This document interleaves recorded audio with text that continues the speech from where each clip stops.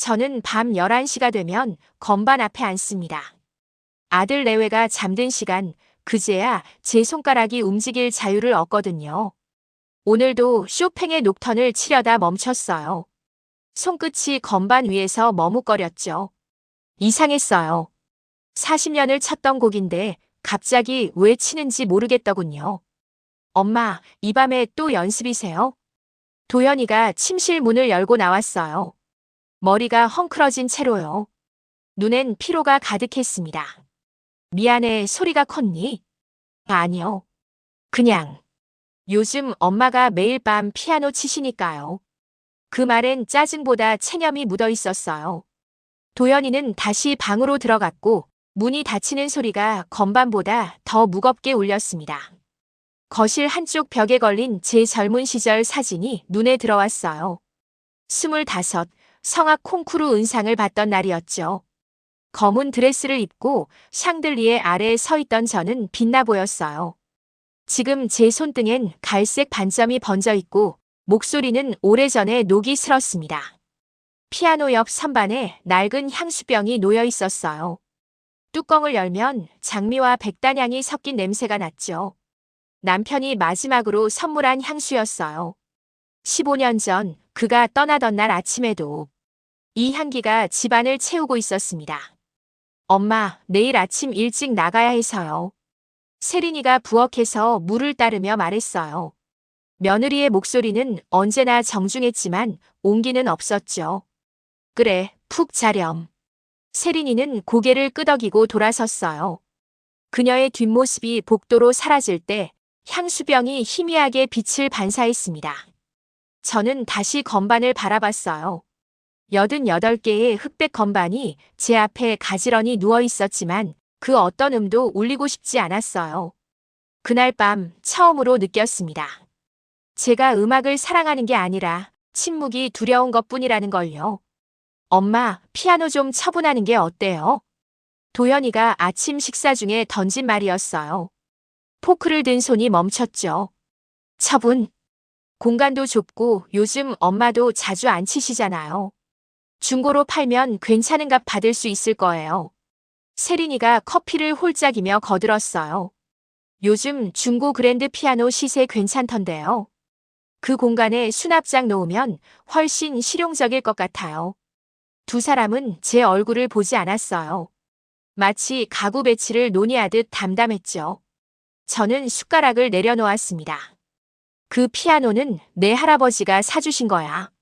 알아요, 엄마. 근데 그게 벌써 몇 년 전인데요.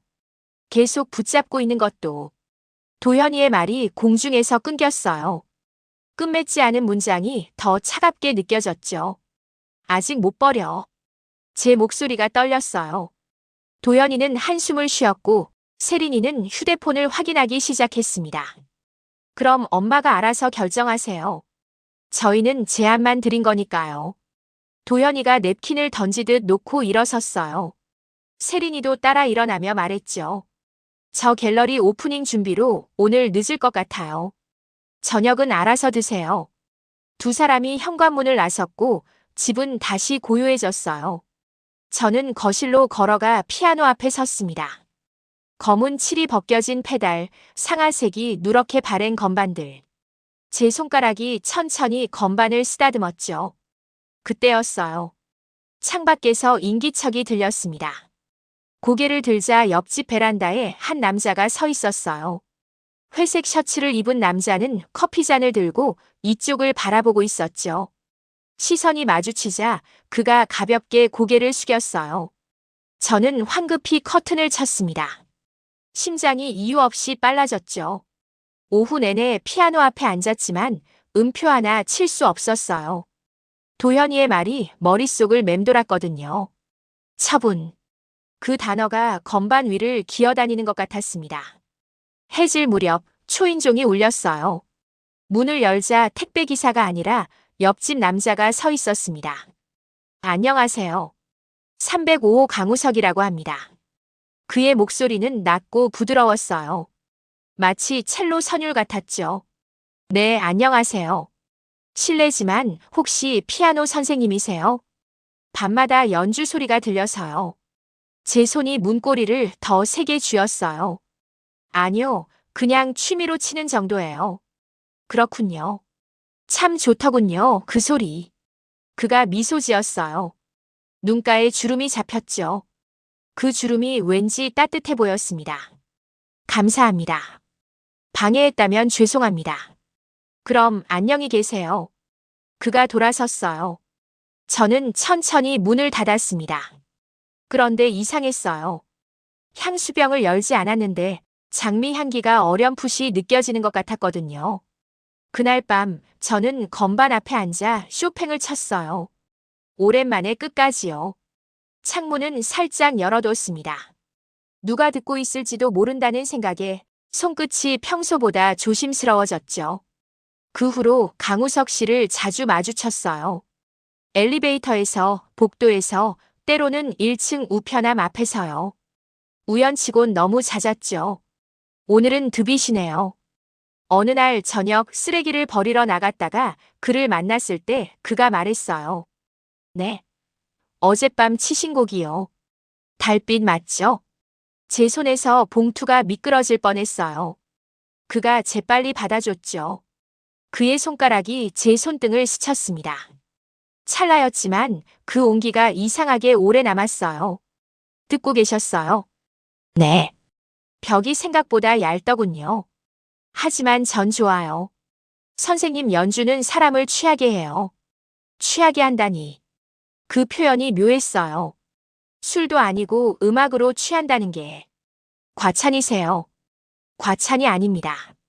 저도 옛날엔 건축 설계할 때 클래식을 자주 들었거든요. 공간에도 리듬이 있으니까요. 그의 눈빛이 제 얼굴을 천천히 훑었어요. 시선이 머무는 곳마다 공기가 달아오르는 것 같았죠. 그럼 방해 많이 듣겠네요. 죄송해요. 방해요? 오히려 감사하죠. 요즘 밤이 외로웠거든요. 외롭다는 말을 그렇게 담담히 하는 사람은 처음 봤어요. 저는 대답 대신 고개만 끄덕였습니다. 그가 쓰레기 봉투를 들어 분리수거함에 넣어줬어요. 다음엔 리스트 치세요. 라 캄파넬라. 듣고 싶어요. 그 말을 남기고 그는 엘리베이터에 올랐어요. 문이 닫히기 직전 그의 미소가 보였습니다. 저는 한참을 그 자리에 서 있었죠. 집으로 돌아와 거울을 봤어요. 68세 여자의 얼굴이 거기 있었습니다. 깊어진 팔자주름, 처진 눈꺼풀, 색이 바랜 입술. 그런데 이상했어요. 오늘따라 그 얼굴이 낯설지 않더군요. 다음 날부터 저는 밤마다 연주했어요. 리스트, 라흐마니노프, 쇼팽. 창문을 활짝 열어놨죠. 건반을 누를 때마다 음이 밤 공기를 타고 흘러나갔어요. 누군가 듣고 있다는 생각에 손끝에 힘이 실렸습니다. 어느 금요일 밤이었어요. 라 캄파넬라를 치고 있는데 휴대폰이 울렸죠. 모르는 번호였어요. 여보세요? 들었어요. 완벽했어요. 강우석 씨의 목소리였어요. 저는 건반에서 손을 떼고 창가로 갔습니다. 옆집 베란다 불빛이 켜져 있었죠. 번호를 어떻게? 관리사무소에 부탁했어요. 실례였다면 죄송합니다. 아니요. 선생님, 혹시 내일 시간 있으세요? 심장이 쿵 내려앉았어요. 왜요? 제가 설계한 소극장이 하나 있어요. 거기 피아노가 괜찮거든요. 한번 쳐보시는 게 어때요? 스타인웨이요. 스타인웨이. 그 단어만으로도 손가락이 근질거렸어요. 하지만 망설여졌죠. 글쎄요. 부담 갖지 마세요. 그냥 피아노 한번 쳐보시라는 거예요. 저도 궁금하거든요. 선생님이 스타인웨이로 치면 어떤 소리가 날지. 그의 목소리가 속삭이듯 낮아졌어요. 귓가가 뜨거워졌습니다. 생각해 볼게요. 내일 오후 3시 해화동 소극장. 주소 문자 보낼게요. 기다릴게요, 선생님. 전화가 끊겼어요. 저는 휴대폰을 쥔 채 한참을 서 있었습니다. 옆집 베란다에 불빛이 꺼졌어요. 어둠 속에서 제 숨소리만 크게 들렸죠. 그날 밤 잠이 오지 않았어요. 천장을 보며 생각했습니다. 가야 하나 말아야 하나. 도현이가 깨어나 화장실 가는 소리가 들렸어요. 세린이가 뒤척이는 기척도 들렸죠. 저만 깨어 있었습니다. 새벽 5시 결심했어요. 가기로요. 단지 피아노를 치러 가는 거라고 스스로를 설득했죠. 하지만 제 손이 향수병 뚜껑을 열고 있었어요. 15년 만에요. 그날 오후 저는 검은색 원피스를 꺼내 입었어요. 옷장 깊숙이 넣어뒀던 옷이었죠. 거울 앞에 서니 낯선 여자가 서 있었습니다. 아니, 오래전 잊었던 제 모습이었어요. 어머니, 어디 가세요? 거실을 지나가는데 세린이가 물었어요. 노트북을 보던 손을 멈추고 저를 훑어봤죠. 응, 옛날 친구 만나러. 화장도 하셨네요. 특별한 자리예요. 세린이의 목소리에 미묘한 무언가가 섞여 있었어요. 의심, 호기심, 잘 모르겠더군요. 아니, 그냥. 조심히 다녀오세요. 저는 고개를 끄덕이고 현관문을 나섰어요. 뒤에서 세린이의 시선이 느껴졌지만 돌아보지 않았습니다. 해화동 소극장은 골목 안쪽에 있었어요. 붉은 벽돌 건물, 덩굴이 올라간 외벽.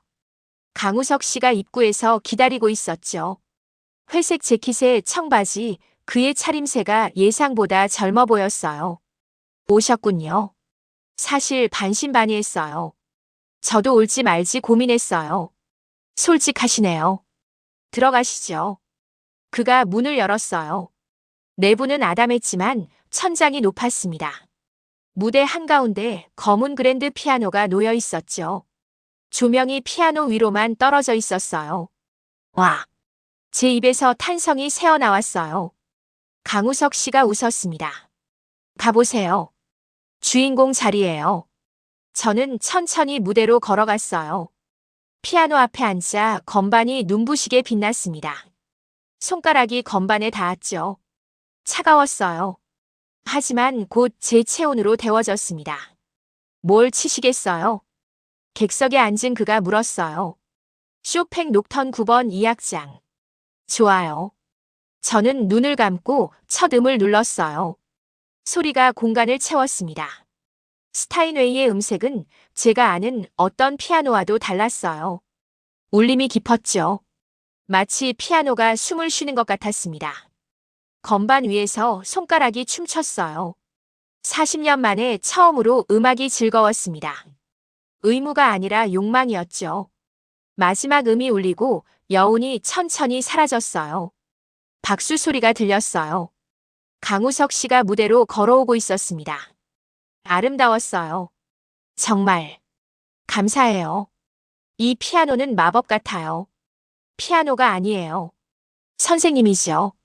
그가 제 옆에 섰어요. 너무 가까웠습니다. 그의 숨소리가 들렸어요. 선생님 혹시. 그때 제 휴대폰이 울렸어요. 도현이었습니다. 여보세요? 엄마, 지금 어디세요? 집에 아무도 없는데요.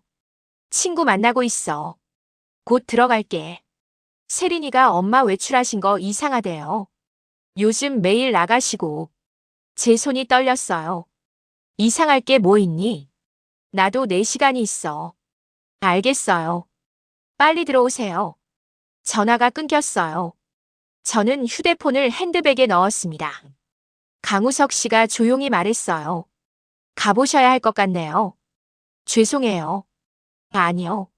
오늘 와주셔서 고마워요. 그가 손을 내밀었어요. 악수를 하려는 건지 부축하려는 건지 모르겠더군요. 저는 그의 손을 잡았습니다. 따뜻했어요. 건반보다 집에 어떤 것보다.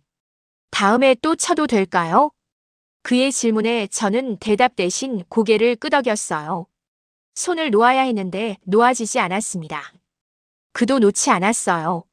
선생님. 네. 외롭다는 게 죄는 아니에요. 그 말이 가슴을 찔렀어요. 저는 서둘러 손을 뺐습니다. 가볼게요. 극장을 나와 골목을 걸었어요. 다리가 후들거렸습니다. 집으로 가는 버스 안에서 창밖을 보며 생각했죠. 뭘 한 걸까? 아무것도 안 했잖아. 그런데 왜 이렇게 가슴이 두근거리는 걸까? 집에 도착했을 때 이미 어두웠어요. 현관문을 열자 도연이와 세린이가 거실에 앉아 있었습니다. 저를 기다리고 있었던 거예요. 어머니, 어디 갔다 오셨어요? 도현이의 목소리가 평소보다 날카로웠어요. 말했잖아. 친구 만났다고. 세린이가 태블릿을 들어 보였어요. 거기엔 소극장 앞에서 찍힌 제 모습이 있었습니다. 강우석 씨와 나란히 서 있는. 이 남자 누구세요? 제 입이 열리지 않았어요. 세린이의 눈빛이 차가웠습니다. 옆집 사는 분이야. 왜 모르는 남자랑 둘이. 친구야. 오래된. 거짓말이었어요. 그것도 형편없는. 세린이가 비웃듯 웃었죠. 어머님 조심하세요. 요즘 세상이 어떤 세상인데요? 그 말이 뭘 의미하는지 알았어요. 저는 아무 말 없이 방으로 들어갔습니다. 문을 닫자 눈물이 흘러내렸어요. 창문이 열려 있었어요. 누가 열었는지 몰랐습니다. 차가운 바람이 들어왔죠. 저는 창문을 닫으려다 멈췄어요. 옆집 베란다에 불이 켜져 있었거든요. 강우석 씨가 거기 서서 이쪽을 보고 있었어요. 우리는 한참을 그렇게 서로를 바라봤습니다. 그가 천천히 손을 들어 흔들었어요. 저도 손을 들었어요. 그리고 창문을 닫았습니다. 그날 밤 피아노를 치지 않았어요. 처음으로요. 하지만 잠들 수 없었습니다. 귓가에 스타인웨이의 울림이 계속 남아 있었거든요. 다음 날부터 집 안 공기가 달라졌어요. 세린이는 저를 볼 때마다 무언가를 관찰하듯 쳐다봤고 도연이는 아예 말을 아껴댔죠. 저는 피아노 앞에 앉았지만 건반을 누르지 못했어요. 누군가 엿듣고 있다는 느낌이 들었거든요. 사흘째 되던 날 현관 앞에 작은 상자가 놓여 있었어요. 이름표도 없었죠. 열어보니 CD 한 장이 들어 있었습니다. 글렌 굴드의 골드베르크 변주곡. 그리고 작은 메모 한 장. 소리 내지 못하는 밤을 위해 305호. 손끝이 떨렸어요. 강우석 씨였습니다. CD를 쥔 채 문을 열고 복도를 봤지만 아무도 없었죠. 저는 급히 방으로 들어가 CD를 재생했어요. 헤드폰을 꽂고요. 글렌 굴드의 피아노 소리가 귓속으로 흘러들어왔어요. 변주가 거듭될 때마다 음이 조금씩 변했습니다. 같은 선율인데 다른 얼굴을 한 거예요. 마치 저처럼요. 68년을 같은 사람으로 살았지만 요 며칠 사이 다른 사람이 된 것 같았거든요. 그날 밤 늦게 휴대폰이 울렸어요. 강우석 씨였습니다. CD 받으셨어요? 네. 듣고 계세요? 지금 듣고 있어요. 32번 변주 들어보세요. 거기서 굴드가 숨 쉬는 소리가 들려요. 피아노가 아니라 사람 소리죠. 저는 32번 변주로 넘겼어요. 정말 들렸습니다. 건반 사이로 새어나오는 작은 한숨 같은 것들이요. 왜 이걸 주신 거예요? 선생님이 소리 내지 못한다는 걸 알았거든요. 3일째 창문 너머가 조용해요. 가슴이 철렁했어요. 그가 기다리고 있었다는 걸 알았거든요. 가족들이 신경 쓰나 봐요. 가족 때문에 당신이 사라지는 건 공평하지 않아요. 당신. 그 호칭이 낯설었어요. 누구도 저를 그렇게 부르지 않았거든요. 엄마, 어머님, 윤 선생님. 저는 항상 누군가의 무엇이었어요. 강 선생님. 우석이라고 불러주세요. 선생님도 이름으로 불릴 자격이 있어요. 정혜 씨. 제 이름이 그의 입에서 나오는 순간 뭔가 무너졌어요. 우석 씨. 네, 정혜 씨. 침묵이 흘렀어요. 하지만 불편하지 않았습니다. 전화기 너머로 그의 숨소리가 들렸어요. 내일 밤 11시 옥상에 올라올 수 있어요. 옥상이요? 네. 보름달이 뜬대요. 피아노는 없지만 음악은 있어요. 무슨? 와주세요. 부탁이에요. 전화가 끊어졌어요. 저는 천장을 바라봤습니다. 도연이 부부가 잠든 방향이었죠. 가면 안 된다는 걸 알았어요. 하지만 이미 마음은 옥상을 향하고 있었습니다. 다음 날 밤 10시 반이 되자 온 집이 잠들었어요. 저는 가디건을 걸치고 조심스럽게 현관문을 열었습니다.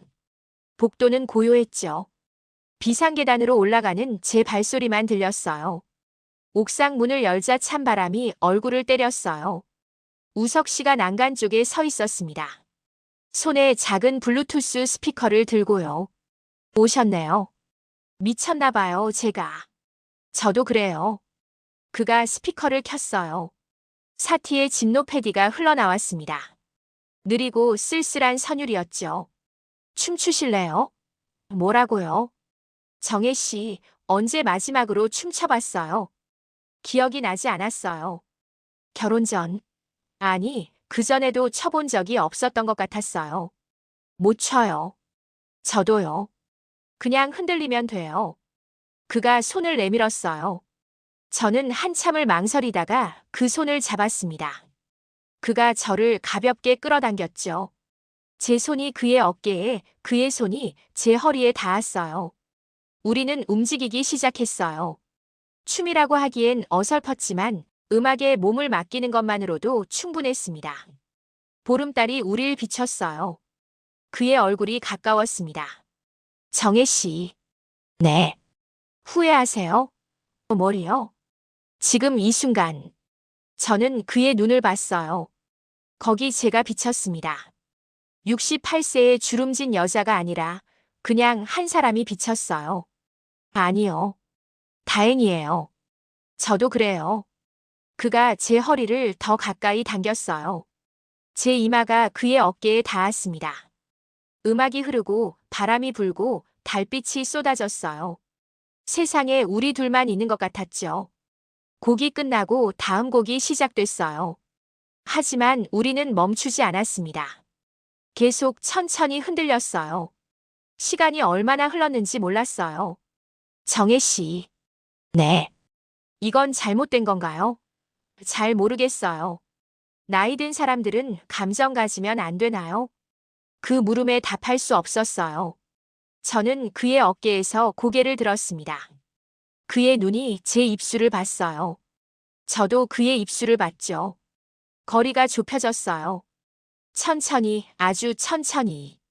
그의 숨이 제 입술에 닿을 듯 말 듯한 순간 옥상 문이 열렸습니다. 어머님, 세린이었어요. 저는 화들짝 놀라 우석 씨에게서 떨어졌어요. 세린이가 계단을 올라왔습니다. 그녀의 얼굴은 단단히 굳어 있었죠. 뭐 하시는 거예요? 산책. 산책이요? 이 시간에? 모르는 남자랑. 우석 씨가 앞으로 나섰어요. 제가 부탁드린 겁니다. 밤 공기 좀 쐬시라고. 누구세요? 305호 강우석입니다. 처음 뵙겠습니다. 세린이가 우석 씨를 훑어봤어요. 그리고 저를 봤죠. 그 눈빛에 경멸과 실망이 섞여 있었습니다. 어머님, 집 들어가세요. 지금. 세린아. 지금요. 저는 우석 씨를 봤어요. 그가 고개를 끄덕였습니다. 괜찮아요라고 입모양으로 말했죠. 저는 비틀거리며 계단을 내려갔어요. 집으로 돌아오는 길 세린이가 뒤따라왔어요. 현관문을 열고 들어서자 그녀가 말했습니다. 어머님, 제가 오빠한테 말 안 할게요. 세린아, 오해야. 오해요? 제가 뭘 오해했는데요? 한밤중에 남자랑 옥상에서 껴안고 계셨잖아요. 제 입이 열리지 않았어요. 한 가지만 약속하세요. 다시는 그 남자 안 만난다고. 어머님. 저는 고개를 들었어요. 세린이를 똑바로 봤습니다. 못하겠어. 뭐라고요? 약속 못하겠다고. 내가 뭘 잘못했니? 세린이가 비웃었어요. 정말 모르세요? 나이 드신 분이 체면도 없이. 체면? 체면 때문에 남은 인생도 죽은 사람처럼 살라고. 제 목소리가 커졌어요. 세린이가 입을 다물었죠. 나도 사람이야. 외롭고 쓸쓸하고 누군가한테 필요한 사람이고 싶어. 그게 죄니? 오빠한테 말할 거예요. 그래, 말해. 난 숨기지 않을 거야. 저는 방으로 들어가 문을 닫았어요. 그리고 창문을 열었습니다. 옆집 베란다 불이 켜져 있었어요. 우석 씨가 거기 서 있었죠. 우리는 말없이 서로를 봤어요. 그가 손을 가슴에 얹었습니다. 저도 그랬어요. 심장이 뛰는 게 느껴졌죠. 그날 밤 방 불은 꺼지지 않았어요. 새벽까지요. 저는 침대에 앉아 창밖을 봤습니다. 옆집 불빛도 꺼지지 않았어요. 우리는 그렇게 밤을 함께 지샜습니다. 멀리서요. 다음 날 아침 도연이가 출근도 안 하고 거실에 앉아 있었어요. 세린이가 옆에 있었죠. 제가 방에서 나오자 두 사람이 저를 봤습니다. 엄마 앉으세요. 도연이의 목소리가 차가웠어요. 저는 소파에 앉았습니다. 세린이한테 들었어요. 옥상에서 남자랑. 그래, 들었겠지. 엄마 대체 뭐 하시는 거예요? 나이가 몇인데. 나이 들면 감정도 버려야 해. 도연이가 얼굴을 찌푸렸어요. 감정이요? 그게 감정이에요. 나이 든 여자가 남자 꼬시는 거죠. 그 말이 가슴에 박혔어요. 하지만 울지 않았습니다. 대신 웃었어요. 꼬신다. 그래, 내 눈엔 그렇게 보이겠지. 엄마는 그냥 엄마여야 하니까. 욕망 없고 감정 없고 그저 너희 뒷바라지나 하는. 엄마. 아니야, 도연아.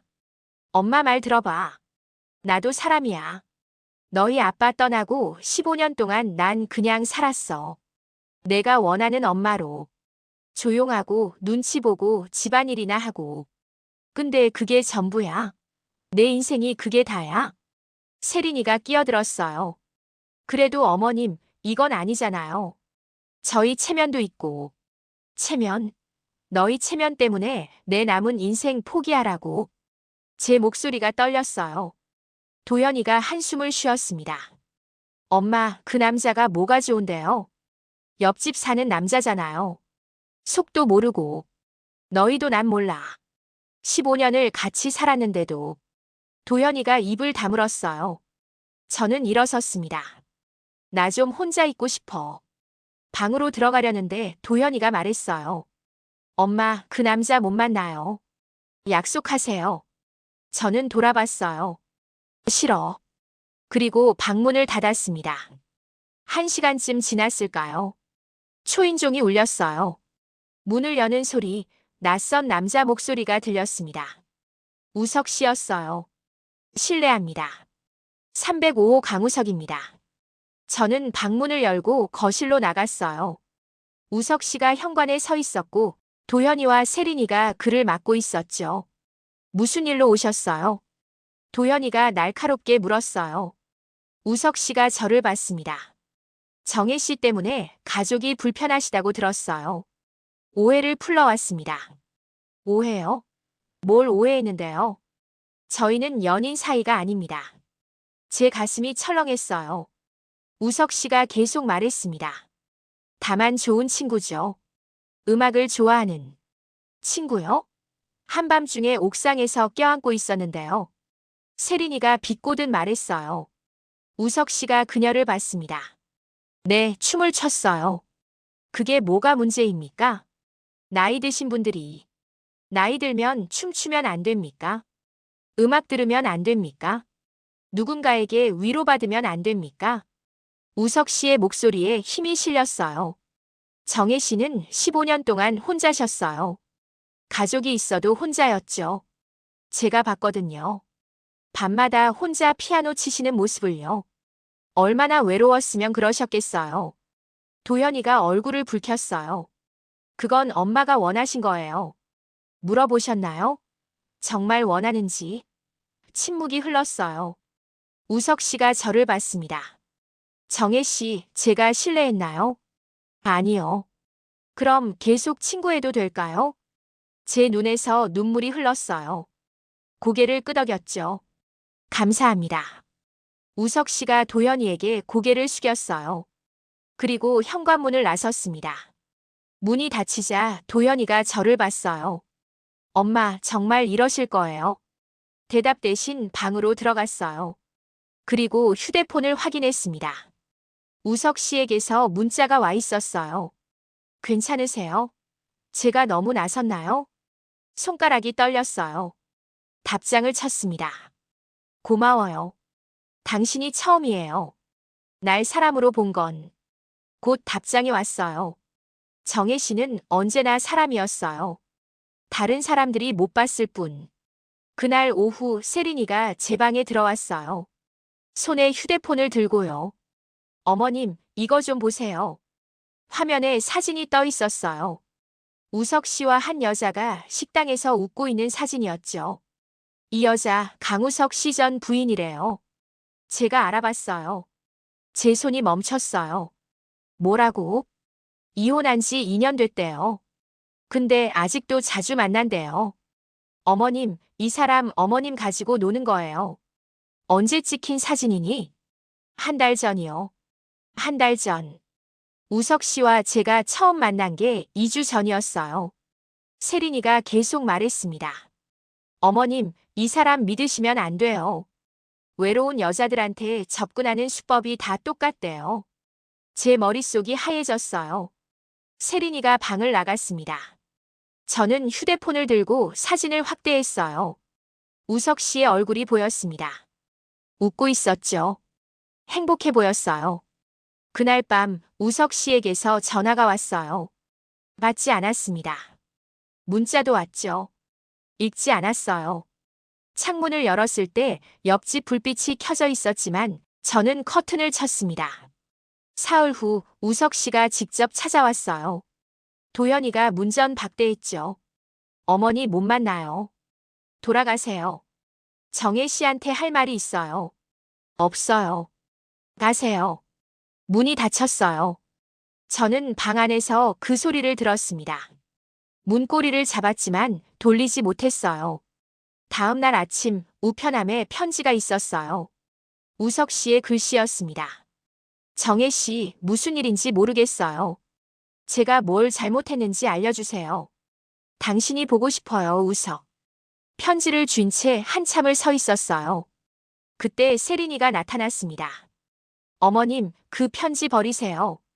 세린아, 어머님을 위해서예요. 그 남자, 전 부인이랑 아직도 만나요. 어머님 이용하는 거예요. 어떻게 알아? 제가 확인했어요. 어제도 만났대요. 제 손에서 편지가 떨어졌어요. 세린이가 그걸 주워 찢었습니다. 조각난 종이가 바닥에 흩어졌죠. 이제 잊으세요. 세린이가 가버렸어요. 저는 바닥에 쪼그려 앉아 편지 조각들을 모았습니다. 하지만 이어지지 않았어요. 제 마음처럼요. 그날 밤 우석 씨의 집 불빛이 꺼졌어요. 그리고 다시는 켜지지 않았습니다. 일주일 후 우석 씨가 이사를 갔다는 소식을 들었어요. 관리사무소 직원에게서요. 저는 아무렇지 않은 척했지만 집에 돌아와 무너졌습니다. 피아노 앞에 앉았어요. 손가락이 건반 위에 올라갔지만 음이 나오지 않았습니다. 그저 건반만 눌렀을 뿐 소리는 없었죠. 그때 세린이가 제 방에 들어왔어요. 손에 노트북을 들고요. 어머님 죄송해요. 뭐가? 거짓말이었어요. 제 심장이 멎었어요. 전부인 사진 조작한 거예요. 날짜도 바꾸고요. 강우석 씨, 그분 진심이었어요. 뭐라고? 어머님이 우릴 버리고 떠날까봐 무서웠어요. 그래서 미안해요. 세린이가 울기 시작했어요. 하지만 저는 그녀를 볼 수 없었습니다. 앞이 보이지 않았거든요. 나가줄래? 어머님, 나가라고. 세린이가 방을 나갔어요. 저는 바닥에 주저앉았습니다. 우석 씨가 떠났어요. 제가 밀어냈어요. 진실을 믿지 않았으니까요. 휴대폰을 들었어요. 우석 씨의 번호를 찾았죠. 손가락이 전화 버튼 위에 올라갔지만 누르지 못했습니다. 너무 늦었다는 걸 알았거든요. 사흘 동안 방 밖으로 나가지 않았어요. 밥도 먹지 않았고 물도 거의 마시지 않았죠. 도연이가 문을 두드렸지만 대답하지 않았어요. 세린이는 문 앞에서 울면서 사과했지만 저는 듣지 않았습니다. 넷째 날 아침 거울을 봤어요. 거기 죽은 사람이 서 있었습니다. 눈은 푹 꺼졌고 입술은 갈라졌고 얼굴은 회색이었어요. 68년을 살았지만 이렇게 죽어 보이기는 처음이었죠. 이게 나야? 거울 속 여자에게 물었어요. 대답은 없었습니다. 저는 천천히 옷을 입었어요. 검은 원피스가 아니라 면바지에 낡은 셔츠를요. 그리고 거실로 나갔습니다. 도현이와 세린이가 소파에 앉아 있었어요. 제가 나타나자 벌떡 일어났죠. 엄마, 짐 쌀게. 뭐라고요? 이 집 나갈 거야. 너희 방해하고 싶지 않아. 도현이가 당황한 얼굴로 세린이를 봤어요. 세린이가 앞으로 나왔습니다. 어머님, 제가 잘못했어요. 용서해 주세요. 용서? 그게 문제가 아니야. 저는 피아노 앞에 섰어요. 손가락으로 건반을 쓰다듬었습니다. 세린아, 넌 날 위한다고 했지. 내가 다칠까봐 걱정됐다고 했고. 근데 넌 날 믿지 않았어. 내가 무너질 거라고, 이용당할 거라고 단정했지. 어머님, 난 68살이야. 바보가 아니야. 사랑이 뭔지 알아. 거짓이 뭔지도 알고. 근데 넌 날 어린애 취급했어. 제 목소리가 떨리기 시작했어요. 가장 아픈 건 말이야. 내가 진실을 의심했다는 거야. 우석 씨를 믿지 않았어. 너희 말을 믿었지. 왜일까? 너희가 가족이니까. 아니야. 내가 겁쟁이였기 때문이야. 도현이가 입을 열었어요. 엄마, 우리가 잘못했어요. 다시는 없어. 저는 피아노 뚜껑을 닫았어요. 천천히 마지막으로요. 이 피아노 팔아라. 엄마, 내가 원했잖아. 팔아. 난 더 이상 칠 수 없어. 이 건반 누를 때마다 그 사람 생각날 것 같아서. 세린이가 울음을 터뜨렸어요. 하지만 저는 돌아보지 않았습니다. 방으로 들어가 짐을 싸기 시작했죠. 2시간 후 캐리어 하나를 끌고 현관에 섰어요. 도현이가 막아섰습니다. 엄마, 어디 가시게요? 원룸 하나 얻었어. 걱정 마. 엄마, 제발. 도현아. 저는 아들의 어깨를 잡았어요. 넌 좋은 아들이야. 나한테 잘해줬어. 근데 난 내 엄마이기 전에 윤정이야. 68년을 살았고 앞으로 몇 년 더 살지 모르는 한 사람이야. 그 시간 동안 나로 살고 싶어. 하지만 괜찮아. 이게 맞는 거야. 도현이의 눈에 눈물이 고였어요. 저는 세린이를 봤습니다. 세린아, 넌 날 지키려고 했어. 알아. 근데 가끔은 지켜지는 것보다 자유로운 게 더 소중해. 이해해줘. 세린이가 고개를 숙였어요. 저는 현관문을 열었습니다. 가끔 연락할게. 엄마. 도현이의 목소리가 뒤에서 들렸지만 저는 돌아보지 않았어요. 엘리베이터에 올랐습니다. 문이 닫히면서 아들의 모습이 사라졌죠. 1층에 내려서자 다리가 풀렸어요. 벽에 기대어 한참을 섰습니다. 울고 싶었지만 울 수 없었어요. 눈물이 마른 것 같았거든요. 밖으로 나왔어요.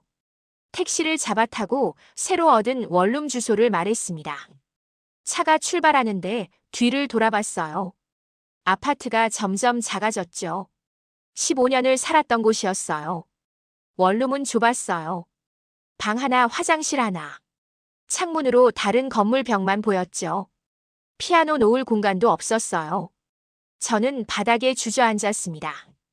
그제야 울음이 터졌어요. 소리내어 울었습니다. 아무도 들을 수 없었거든요. 얼마나 울었는지 몰라요. 눈이 붓고 목이 쉬고 온몸이 떨렸습니다.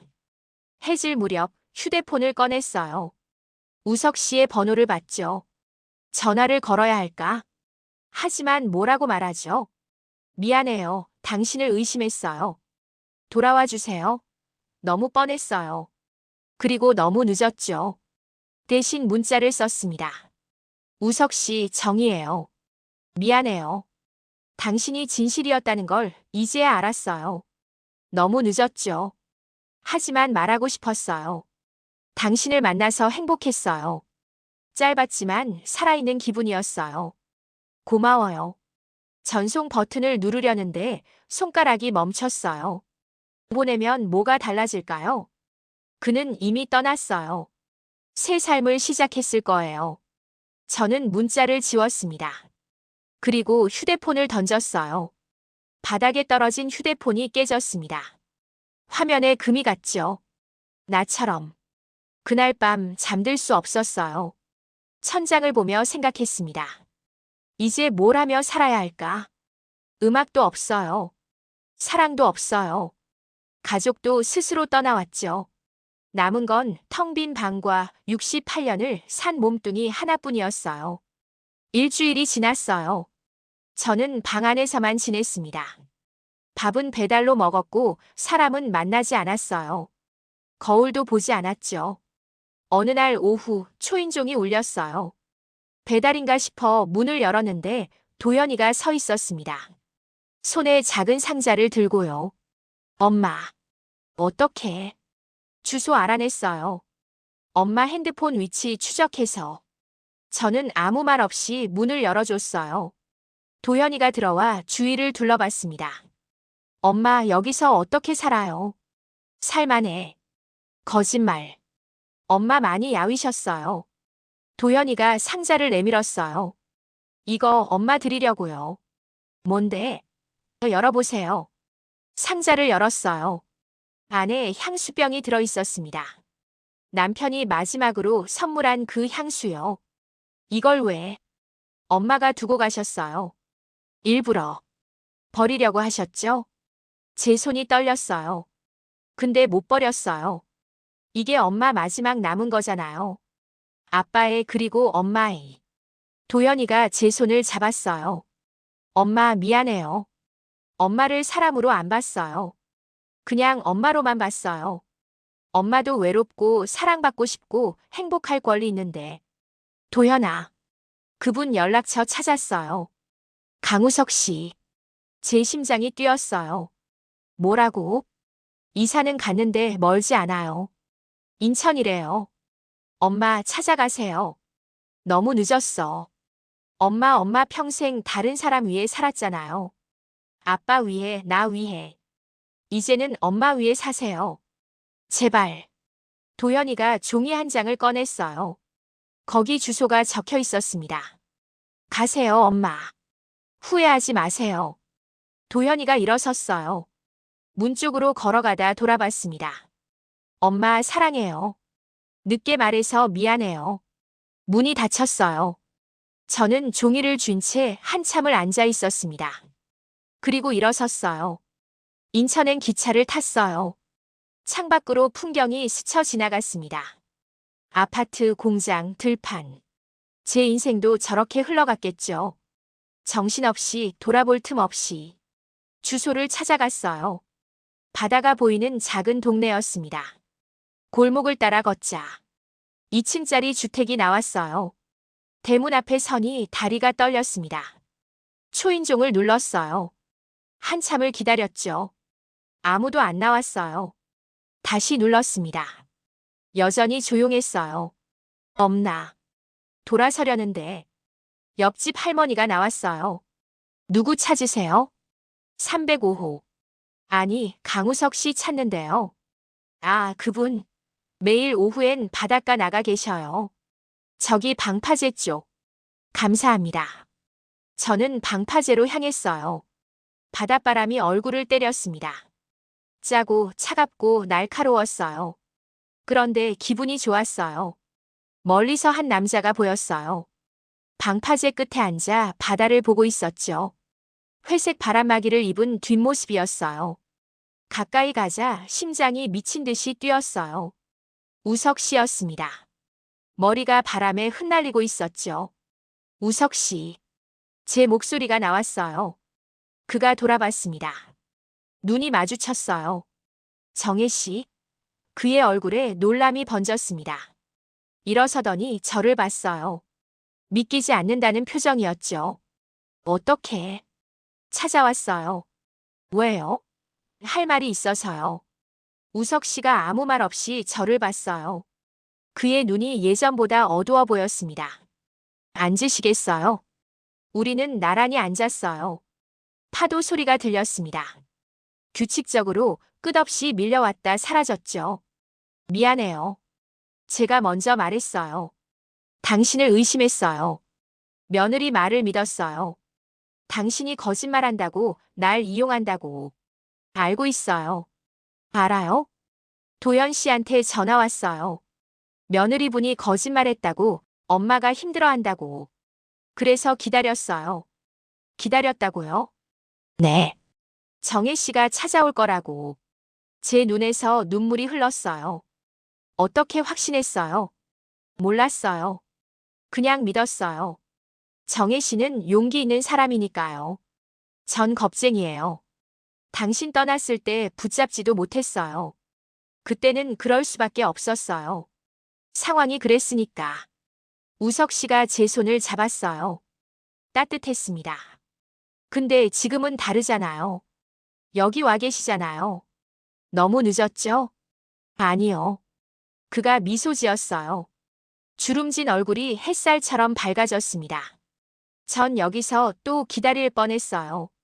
정혜 씨가 올 때까지요. 10년이 걸려도요. 바보. 네, 바보예요. 68살 먹고 처음 사랑해봐서요. 사랑. 그 단어가 공중에 떠올랐어요.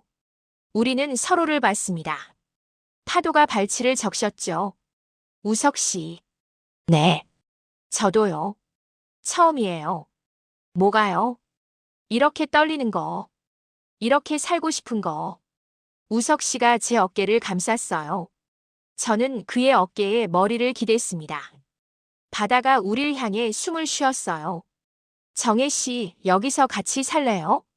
뭐라고요? 이 집에 피아노 놓을 방 있어요. 창문으로 바다 보이는 방.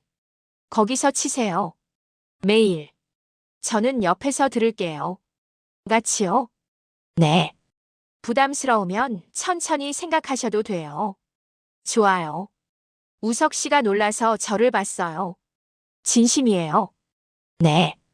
68년 살면서 제일 확실한 대답이에요. 그가 웃었어요. 저도 웃었죠. 파도가 더 세게 밀려왔습니다. 한 달 후 저는 그 집으로 이사했어요.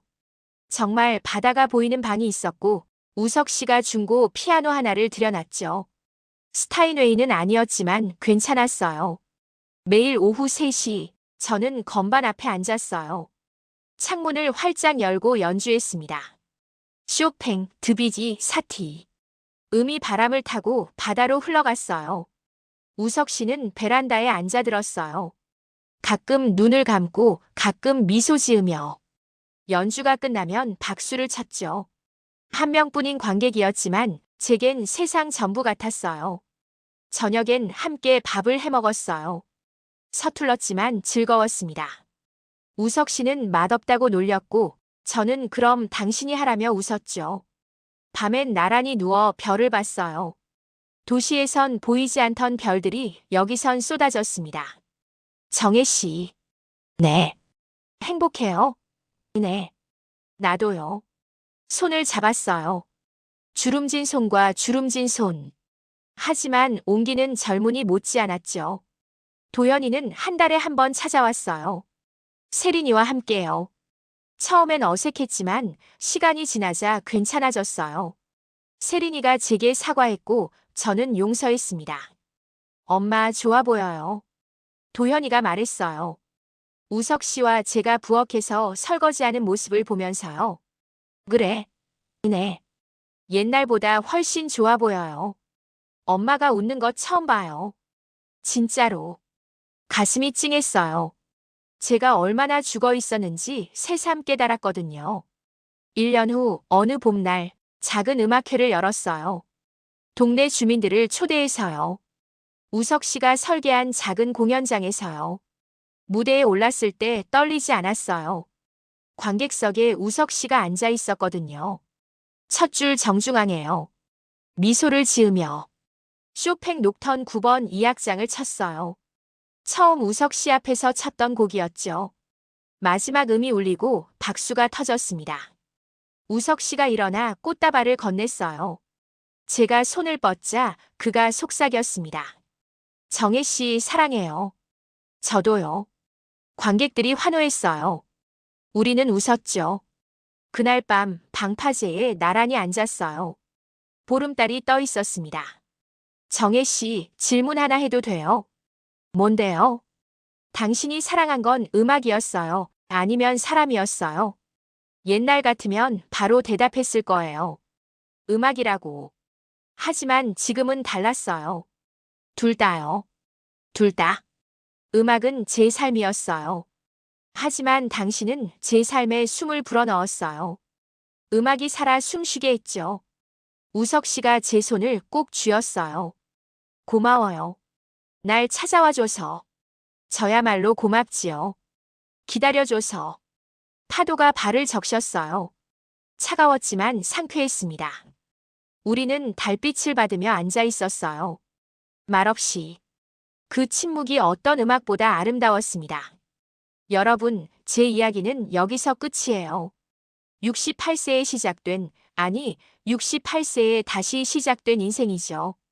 사람들은 물어요. 나이 들어서 사랑이 가능하냐고요. 저는 대답해요. 가능한 게 아니라 필요하다고요. 우리는 나이 들수록 많은 걸 포기해요. 꿈, 욕망, 감정들을. 체면 때문에, 자식 때문에, 세상의 시선 때문에. 그렇게 조금씩 죽어가죠. 숨은 쉬지만 살아있지 않은 거예요. 하지만 살아있고 싶다면, 정말로 살고 싶다면 용기를 내야 해요. 창문을 여는 용기. 손을 내미는 용기. 실패할 수 있다는 걸 알면서도 시도하는 용기.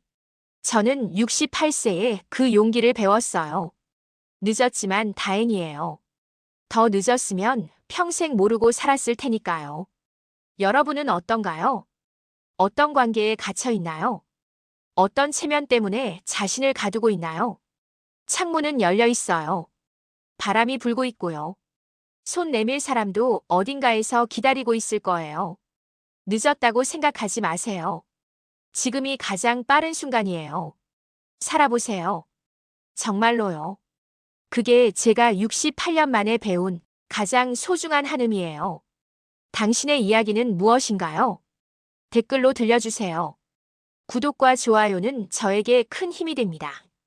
다음 이야기에서 또 만나요. 감사합니다.